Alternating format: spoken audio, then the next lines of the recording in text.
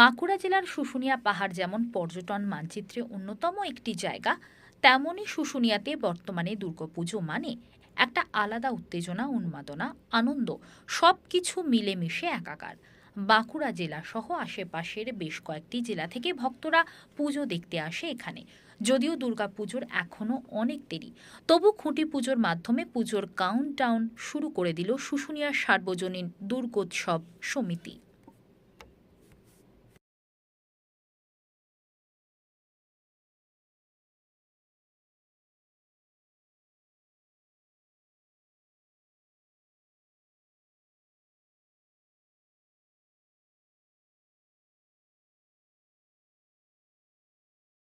একটু জাস্ট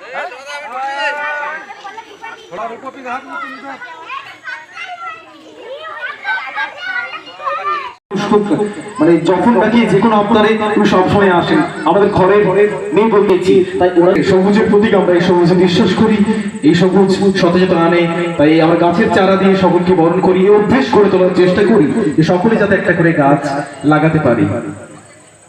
সত্যি ওনাকে সাধুবাদ, ধন্যবাদ এবং অনেক ভালোবাসা, শুধু ভালোবাসা এবং ভালোবাসা, তার বেশি আমরা কিছুই দিতে পারি।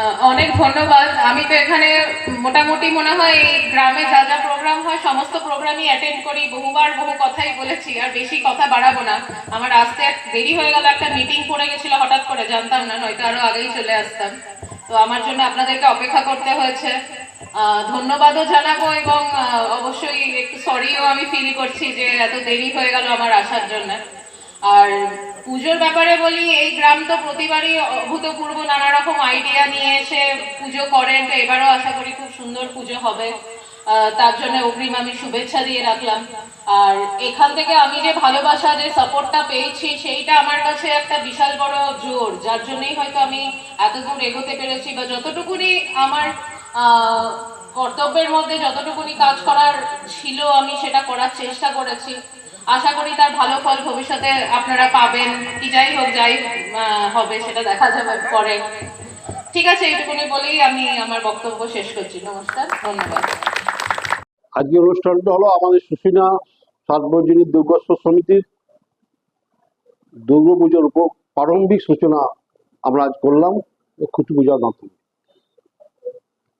আমরা তার এলাকার যে মানুষ, স্বনামধন্য মানুষ আছেন, থানার ব্লকের যারা স্বনামধন্য মানুষ আছেন, তাদের উপস্থিতিতে আজকে আমরা শুভ উদ্বোধন করলাম।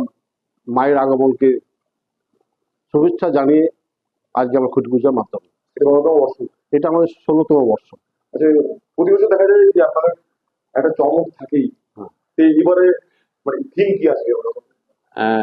আমরা থিমটা এখন না বলাই ভালো। থিম একটা আপনাদের মানুষের আগ্রহ, এখন থেকে যদি থিমটা বলে দিই তার মানুষের আগ্রহ কমে যাবে।